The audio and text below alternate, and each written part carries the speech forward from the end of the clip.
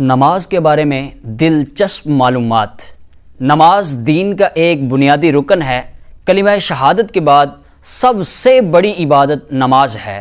اسلام میں سب اعمال سے پہلے نماز فرض ہوئی۔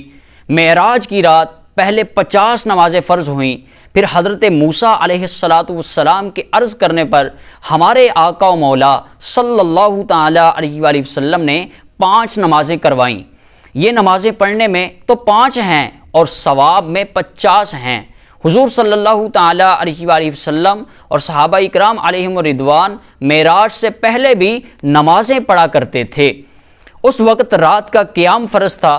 قرآن مجید اور احادیث کریمہ میں سینکڑوں مرتبہ نماز کی تاکید آئی۔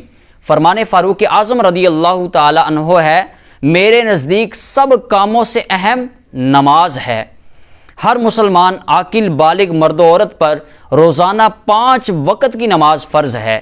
نماز خالص بدنی عبادت ہے، اس میں نیابت جاری نہیں ہو سکتی، ایک کی طرف سے دوسرا نہیں پڑھ سکتا۔ نہ یہ ہو سکتا ہے کہ زندگی میں نماز کے بدلے کچھ مال بطور فدیہ ادا کر دے۔ بیماری اگرچہ کتنی ہی شدید ہو مگر نماز معاف نہیں۔ اگر کھڑے ہونے کی طاقت نہ ہو تو بیٹھ کر نماز پڑھے۔ اگر رکوع و سجدہ نہ کر سکتا ہو تو سر کے اشارے سے رکوع اور سجدہ کرے۔ اگر بیٹھ کر بھی نماز نہیں پڑھ سکتا تو لیٹ کر اشارے سے پڑھے۔ اگر لیٹ کے سر سے بھی اشارہ نہ کر سکتا ہو تو اس وقت بھی نماز معاف نہیں۔ البتہ وہ فی الحال نماز نہ پڑھے، جب تندرست ہو جائے تو ان نمازوں کی قضا پڑے گا۔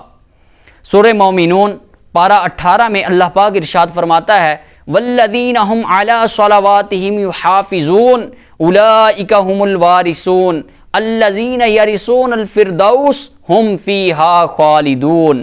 ترجمہ کنز الایمان، اور وہ جو اپنی نمازوں کی نگہبانی کرتے ہیں یہی لوگ وارث ہیں کہ فردوس کی میراث پائیں گے، وہ اس میں ہمیشہ رہیں گے۔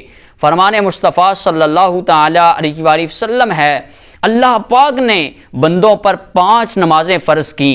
جس نے اچھی طرح وضو کیا اور وقت میں نمازیں پڑھیں، رکوع اور خشوع کو پورا کیا تو اس کے لیے اللہ پاک نے اپنے ذمہ کرم پر عہد کر لیا ہے کہ اسے بخش دے، اور جس نے نہ کیا اس کے لیے عہد نہیں، چاہے بخش دے یا عذاب دے۔